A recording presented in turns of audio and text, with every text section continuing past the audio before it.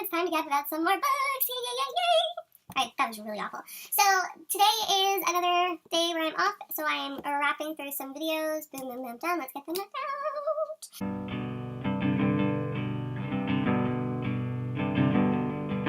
I am going to quickly run through what I read in the month of December. So this is my quick December wrap-up, and it was not my overly ambitious one. This is about what I read, and then I'm going to do my anticipated January TBR, but we don't know, I never know if I'm actually going to get to the books that I put on my TBR, but that's okay. So the first book that I read in the month of December was Making Spirits Bright by Fern. This is a collection of Christmas stories all mixed into one. You have Fern Michaels, Elizabeth Bass, Rosalind Noonan, and Nan Rose Sitter. So the stories kind of follow different characters around the holidays, and they were all just like really cute stories. I think I gave this one a 3 out of 5. I'm very picky about giving 4s and 5s now. But this one was really well, I don't know, it was the perfect time for the holidays, especially with like everything that's been going on. It was a cute little fluffy read, and I liked it. I definitely liked Fern Michaels' story the best, and then I liked Christmas on Cape Cod by Nan Rose Sitter. The other ones were good, but like Making Spirits Bright and Christmas on the Cape Cod were just those cute little short reads that you just banged out quickly, and I don't know, I just, I love Christmas stories, and these definitely were it. So that was the first one that I read, and I actually didn't finish this one until I think Christmas Day, between getting ready for winter break coming, which was like the first 2 weeks of December, and then I got sick the week before winter break, and then I was sick a little bit through my winter break. I didn't really have too much time to read, so this was my first one, and it was finished in the end of December. So the last 3 I'm actually really excited about because I finished them so quickly. I finished Christmas Bliss by Mary Kay Andrews. This follows 2 women, Wheezy and Bebe, and they have been best friends for quite some time. Bebe is pregnant with her partner Harry, and Wheezy is getting married to her fiance Danielle on Christmas Day. Now, of course, it wouldn't be one of those Christmas stories without some sort of tragedy or drama. So with Wheezy, her fiance is up in New York City. They live in Savannah, I believe, and he's there as a guest chef at a New York restaurant. Well, she sees a picture of him with another woman who is Carlotta Donatella, who owns the restaurant, and she's a bombshell, and Wheezy's like, oh my gosh. And then she calls him and she finds out that he's sick with a cold, so she ends up going up to surprise him on Christmas, and then things don't really go to her liking, but then she starts getting into the motions of the New York City life. And then Bebe, who's pregnant with this man Harry's baby, she finds out that she's still actually technically married to her former husband who went to jail. So she has to start going through the idea of finding this man so that they can become divorced. Otherwise, he is legally the father of her unborn child, which is weird to me. But this one was a cute little read. It didn't take me very long. I think it's about 300 pages. 293 pages, so it's about 300 pages, so this was a quick little read. So I read this one, I think I gave this one a 3 out of 5 as well. Survive the Night by Danielle Vega.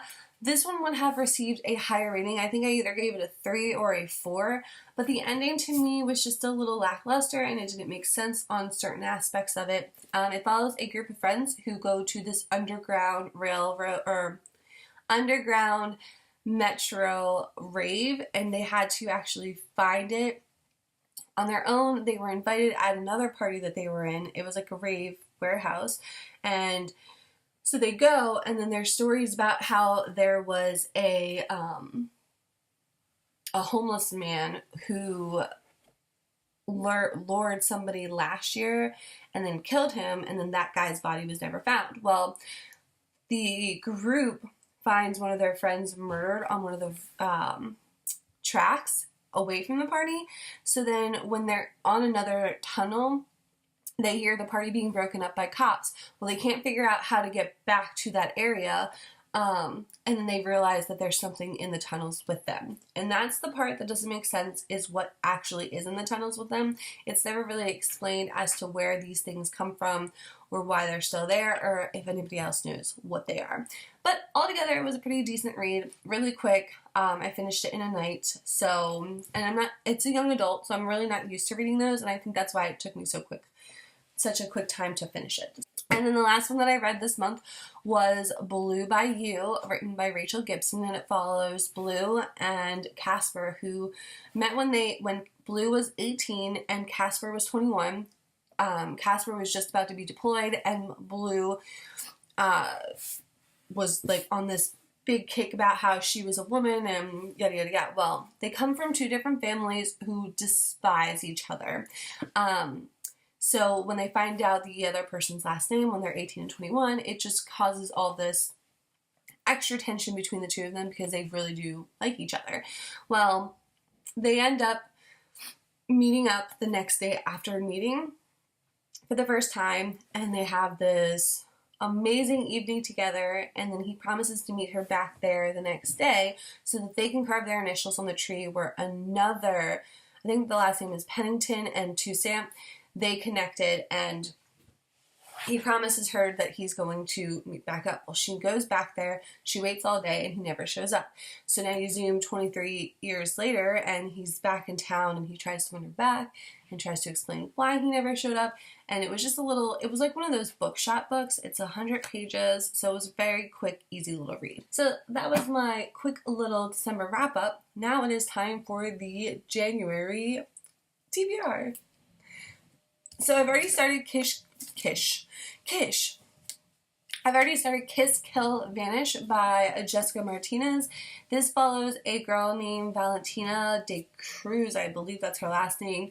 She witnesses her boyfriend murdering somebody, and she finds out that it was actually her father who ordered this hit. Well, she decides she doesn't want to be part of that lifestyle, so she runs away. And where it starts off in the book, it starts off with her pretending to be somebody else, and she has renamed herself as Jane, but she's starting to realize that she needs to move along. She's in Montreal, so she doesn't think anybody's going to find her, but then she's remembering that her dad has business there. So apparently she can't outrun her past. I'm not too far in it. I literally just started it today, and I'm only on page 31, so I took a little quick break. It's pretty good so far. I'll probably finish it pretty quickly. I'm hoping I can finish it before I go back to school. So I have this one, and then as promised, I'm going to be reading Eloise by Judy Finnagan, and this just follows a woman named Kathy who starts seeing her friend Eloise, who passed away from breast cancer. Well, she's starting to think that there was more to Eloise's death than just dying from cancer, and she starts losing her grip, or at least that's what people think. She already had a mental breakdown, and she's starting to delve deeper into Eloise's past and trying to figure out what happened to her friend, and she's also putting herself in danger in turn, and apparently it's a ghost story, and Eloise has brought things to her grave, secrets. So this could be a very interesting read. Once I read it, I am going to be doing a review video on it because it was a request. So I'll probably read this one right after I finish reading Kiss, Kill, Vanish. Then I have Lover Reborn by J.R. Ward. This is the 10th one in the series. This is the Black Dagger Brotherhood series. J.R. Ward has created a set of warrior vampires that are just amazing. And I know a lot of people say that this is such a silly, smutty little read, but I actually like this take on vampires so much more than all the other vampire stories out there. The Black Dagger Brotherhood has dwindled. It used to be bigger. They're battling the Lesser Society, which there's like this thing called the Omega, and he creates all these Lessers who battle the vampires because they're trying to destroy the vampire race. Well, this specific one follows Torment, I think that's, I don't even know how to say some of their names, but he used to be the leader until his mate, his Shellin, died, brutally murdered, and now this one is following the fact that he keeps seeing her in dreams and that she's trapped and that there is a possible way that he can get her out, but he has to fall in love with somebody else. And he always said that, like, she was his one and only mate. Once they find their Shellin, that's pretty much it. So this one I'm very excited to read because he's kind of one of my favorite ones aside from Rage, who is like Hollywood. But they're actually just really good. They are very long and they do take a while sometimes unless it's like a really good one. I know I finished Dark Lover within a few days, which was the first one. So this is definitely going to be on my TBR for this month. And then the last one, if I can get to it, is The Penalty Box by Deirdre Martin. This one has been on my bookcase since the days of Borders. If this is still on my bookcase, I'm doing something wrong. So this one just follows a woman named Katie Fisher and Paul Van Dorn. Katie Fisher was a nerd in high school, and Paul Van Dorn was like the hockey all-star. And then he ends up having several concussions, so he's thrown out of the game. Katie Fisher is now this successful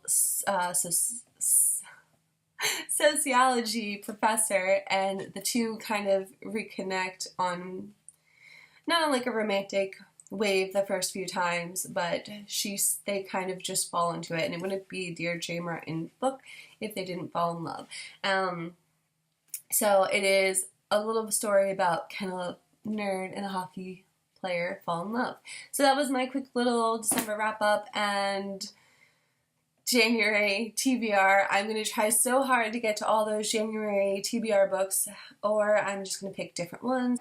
Hopefully this wasn't too long, and hopefully you're excited about the TBRs.